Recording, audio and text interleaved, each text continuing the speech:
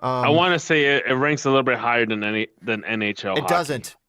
It doesn't. You don't I think? mean, No, it doesn't. It's nowhere near. it does. You'd be shocked to know that the NHL makes more than double the MLS TV deal. More than double, not double, more than double.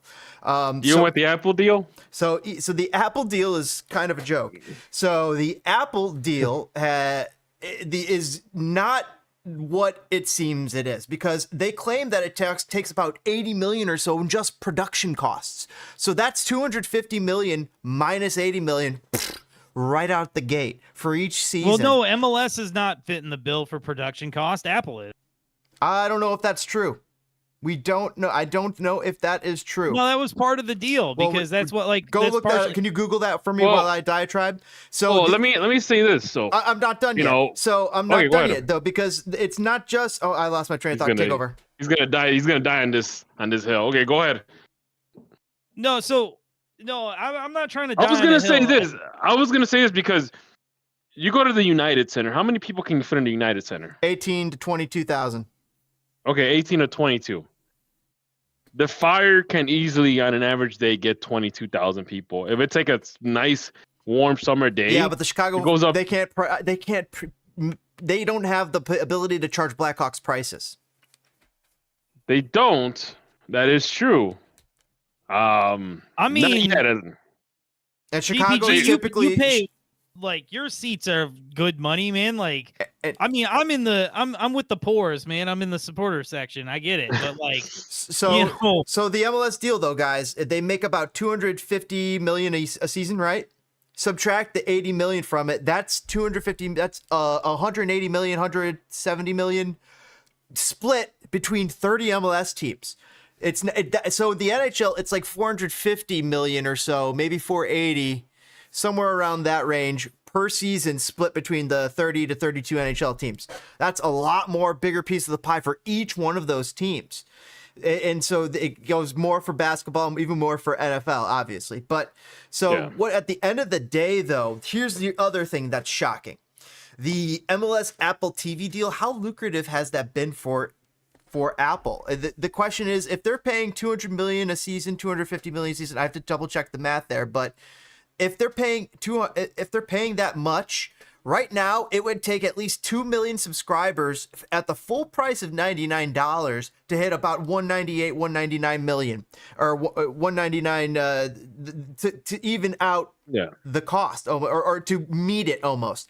And the thing is, they were not trending at they were barely trending above 1 million subscribers before Leo Messi signed with Inter Miami. When he signed with Inter Miami, MLS doubled its subscriptions immediately, like almost immediately. Like their subscriptions doubled. It went from like 1 million to about 2 million. And so that is not. But I want to call something out though. So Apple is not making a profit out of this. And on top of that, they don't even really push it. They don't really advertise it. And one of the other things is how many fans have been left behind by the absence of consistent MLS soccer on over-the-air television. Well, here's the thing. We're talking about NHL, MLS. I can guarantee you that Messi has sold more jerseys than probably all the NHL teams combined. I mean, that's possible. I would believe that if someone said it, but then also but you also got to count too all the knockoffs and stuff that you see. Like, how many hundreds of Messi jerseys been sold the last 2 Miami games here on the sidewalk leading the Soldier Field? That is true. You feel me?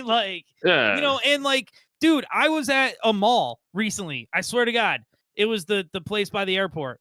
And in just like regular like H&M or some shit had Messi set up in the window. Messi-esque, Yeah, dude, it's wild. But if you think back beyond the jerseys and think about what James is saying about this Apple deal. So I'm of two minds about this. The first and foremost is my own selfish enjoyment. Like, I've had it. I love it as a product. I literally will come home from the game. I'll throw on 360, watch the whole fucking thing. I'll watch the Fire game. Then when it's done, I literally will rewind 360 and watch that all. Like, you know what I mean? Like I go back and watch the games. I watch 360 all the time, and I love it as a product. And I think what everybody is missing, because everybody's really short-sighted, is Apple doesn't give a single solitary fuck if they make a penny off of this. This is a proof of concept because in 10 years, every other league is going to be on a streaming service like this, and we're all going to be like, do you think just Apple the way comes it back? is. Do you think Apple comes back? And does Apple come back with a similar deal, a lesser deal, more deal? Who knows? It could go to Roku, right? Who knows at that point? But the whole point of this deal after 10 years is that Apple proves to the NFL or anybody else they can do it. And then, hey, you were right, though, by the way. MLS is taking the production costs. Now, but here's the thing. Here's one thing to keep in mind. And it's 250 million annually. So 250 minus 80 million. Bam, already. I don't think anybody cares about. And this is the 9th best league in the world? No, listen, I'm going to tell you the honest God truth. I mean, there's MLS teams that are worth more than Premier League teams. Hey, they just want to be first. I don't think anybody involved in this deal cares about making money. It's about being first, creating the best possible product, and like being on the bleeding edge of what everybody else is going to do soon. So if you're they want everybody involved, Apple, MLS, and all the teams want to be first. The money is secondary because the idea is you print money later. Well, here's the thing too, is prior to the Apple deal, at that point, every MLS team had their own broadcast rights. And for the Chicago market, it was like a cluster. You didn't know if you needed to get a subscription for, NBC Chicago. You didn't know if you needed to get a subscription for Marquee Sports. You didn't know if you had to watch it on, ESPN subscription. You had no idea. And it was bad. And on top of that, you add on the blackouts. So just because, you had a subscription doesn't mean that you will be able to watch it. You dealt with blackouts, and that was horrible on its own. Dude, think about like when the Fire were on Comcast, you had to go for like channel 37, 37.2 or whatever. And it wasn't in HD. Well, they have to do that for the Blackhawks and the Bulls games too. And here's the thing though, is that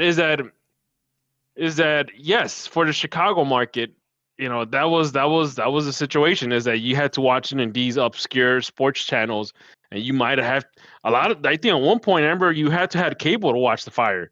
Like there was, even if you got a subscription, in order through to watch some the sort of through watching a streaming service, what they would do is that if you didn't have the cable box like Xfinity, they were on NBC, even if you had the subscription to the sports channel, they will literally block it out. They'll say this program it's blacked out. Yeah, it's blacked out for local market.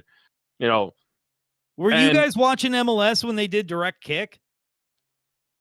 I remember that. I was going to games, but it was so dumb because it blacked out in your local market. And it was like, I want this to see my local game. Like I'll put it this way. I was in Peoria. I'm like, why is the game blocked out? I'm 3 hours away, man. And I'm like, I want to watch my team. That's crazy. But you know what too? Like, I know, the MLS is not making any money from the Apple deal. That's fine. If they are, great. But the problem, the caveat to that is that you have more eyeballs on the product now. Like if somebody from the middle of nowhere in Oregon or someone in Idaho wanted to watch the Fire, it's just a one-stop go. It's not. It's true. Oh my God! It's the price of a ticket. And also, but the other problem is, what happens when Leo Messi leaves? Well, let's hope that the MLS keeps some of those subscribers. Maybe the idea is to keep people, but hopefully they make some massive rule changes and allow the rosters to be better to keep more people subscribing. I as a product, I love it. Like I absolutely think it's awesome. I love every second of it. Like I said, I legit, if I don't go back that same night, I'll wake up Sunday morning and throw on 360 and watch all the I love it. But I'm an MLS sicko. Like I remember I would make sure I watched the USL game on Friday night on Fox Soccer Channel, like I'm a weirdo. I get it. But I don't know. Another weirdo, Paul Tenorio, saying he agrees with you. Basically, a great guy, Paul Tenorio. I was just joking. But more evidence piled up of that, how MLS teams need to change how they spend their money. Just looking at FC Cincinnati and how they spent more than $30 million this offseason. This problem, they could only spend that $30 million on a few spots. So I think we've actually talked about this whole roster situation on this channel before.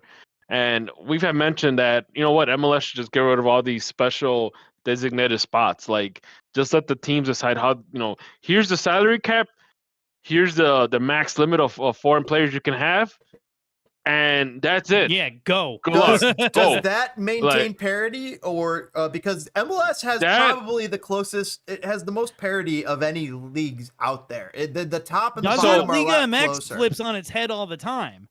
So here's the thing about that, though, is that if the MLS were to do that, where they'll just say, here's the salary cap, this is the limit of foreign players you can have starting on your starting 11, and that's it. The problem with that is that now you put the owners on the spot. You put the club owners on the spot.